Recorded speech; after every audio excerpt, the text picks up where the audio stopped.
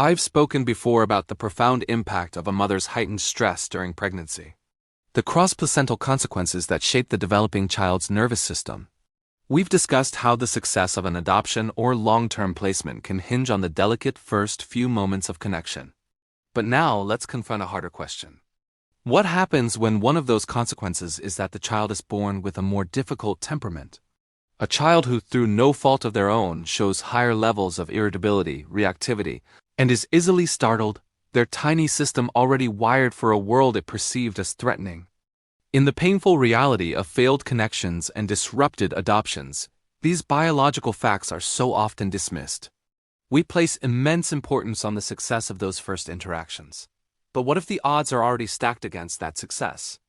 The child's capacity to be soothed, to make eye contact, to feel safe in a new pair of arms, may have been fundamentally altered before they even took their first breath. And since none of this prenatal history is typically recorded or considered, when that crucial first connection fails to spark, where do we, as a system, as a society, place the blame? The narrative becomes dangerously simple. We see a difficult child, one who struggles to attach, who is reactive and hard to comfort. And we see parents, often loving, well-intentioned parents, who made the profound choice to foster or adopt, now feeling overwhelmed, rejected, and inadequate. So the blame finds a home. It falls either on the child, labeled as challenging and broken, or on the parents, judged as not being enough, not trying hard enough, not having the right magic. But what if the blame is misplaced? What if we are accusing the characters for a play that was written before the curtain ever rose? Until we acknowledge the invisible, biological blueprint, the story written by stress and inherited threat, we will continue to misplace blame on the very people who need our understanding the most, the child and the parents trying to love them. The question isn't who is to blame. The real question is, when will we start to see the whole story? Good morning, good afternoon, good evening all, it's Bear here. And I'd like to welcome you to my YouTube channel, A Box With No Lid. A channel I'm creating not just to bring the awareness around the lived reality of trauma, complex trauma, removal trauma, the world that is adoption and the world that is foster care. But I'm also wanting to bring forward what I've learned through my own personal journey as I am an adoptee, as well as my many, many years as an advocate and as a practitioner, all with this simple hope that I hope to bring awareness to the reality of the world that is adoption and foster care and all the many parts that play out in it and all the many experiences, positive and negative, that can help create a better outcome for us.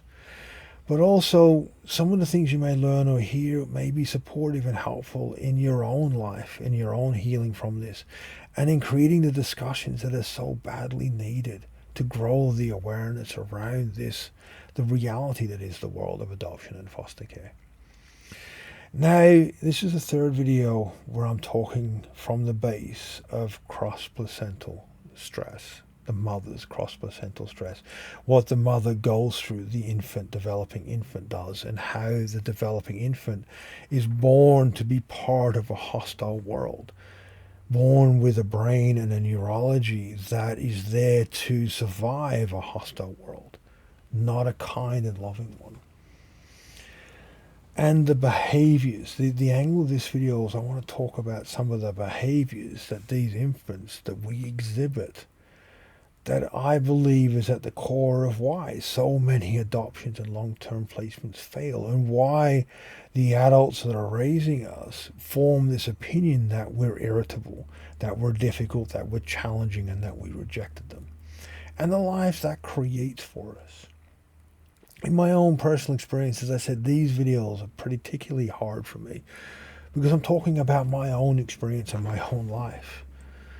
This structure destroyed my childhood and destroyed the building of any relationship with my adoptive parents and separated me from the society that I've tried every way possible to learn how to be part of.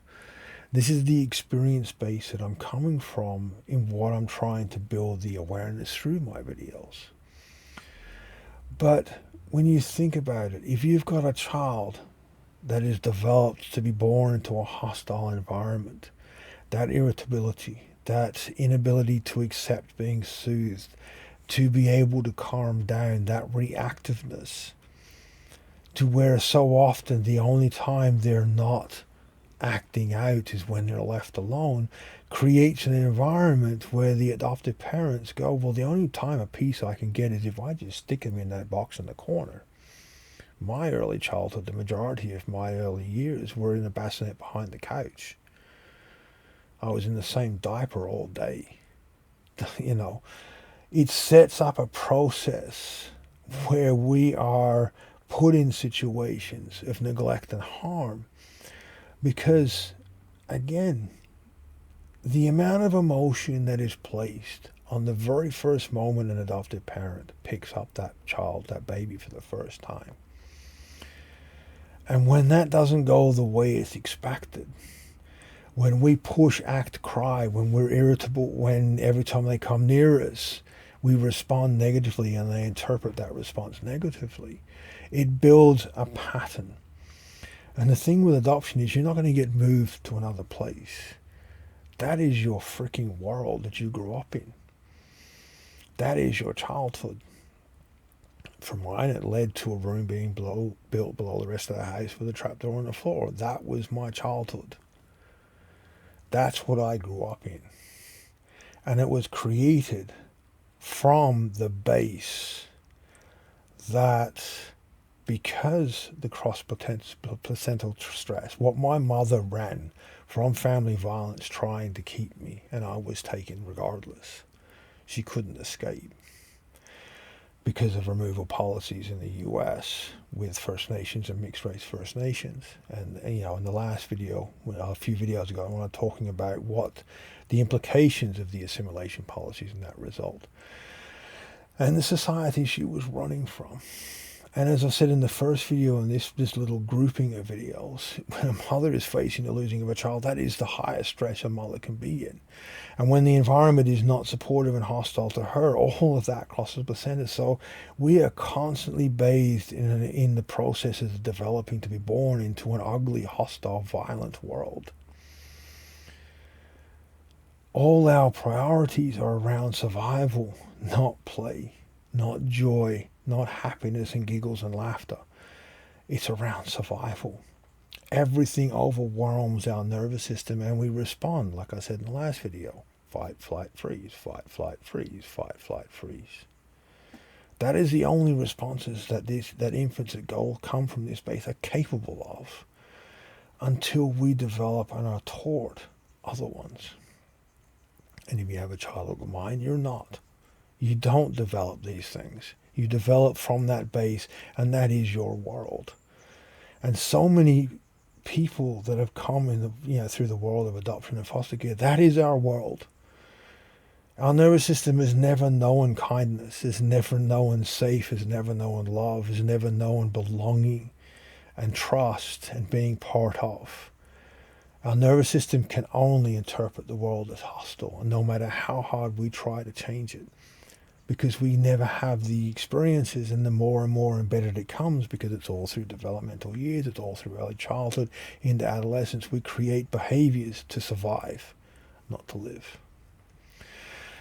Making these videos is my hope of bringing the awareness to this, to where children in the future don't have this, but also in our lives to open doors of conversation to be able to heal. When you have the hope that the participants, the adoptive parents and so forth, want to participate in those conversations. But take a moment to think about how many babies and little children that come from this base that are fundamentally physiologically altered due to what crossed the placenta in their womb, have been misinterpreted, labeled, and set on a path for a very difficult and challenging life. How many who are sitting in prison cells now would never have been if this was understood when they were little and worked with when they were little? How many who have taken their lives would still be here again if this was listened, understood, and worked with when they were little? How many adoptions would actually have worked if this was understood and worked with when we were little? How many lives would be changed if this was understood and worked with when we were little? Awareness is freaking key. Understanding is key. This shit is not a fucking game. Sorry for the language, but this is not a game. And the way society treats the process of removal of children for placement is abhorrent. It is vile. And the way we are viewed and the lack of understanding that is put forward continually creates tens of thousands of people that suffer needlessly. Millions when you're looking at it at a global scale. As hard as this is for a lot of us that have lived through it, I hope you understand where I'm coming from with this and the awareness I'm trying to bring. And I hope you value this. I thank you guys for your time. Please be mindful. Please be understanding. Please be respectful. Stay safe. And I will see you all next time.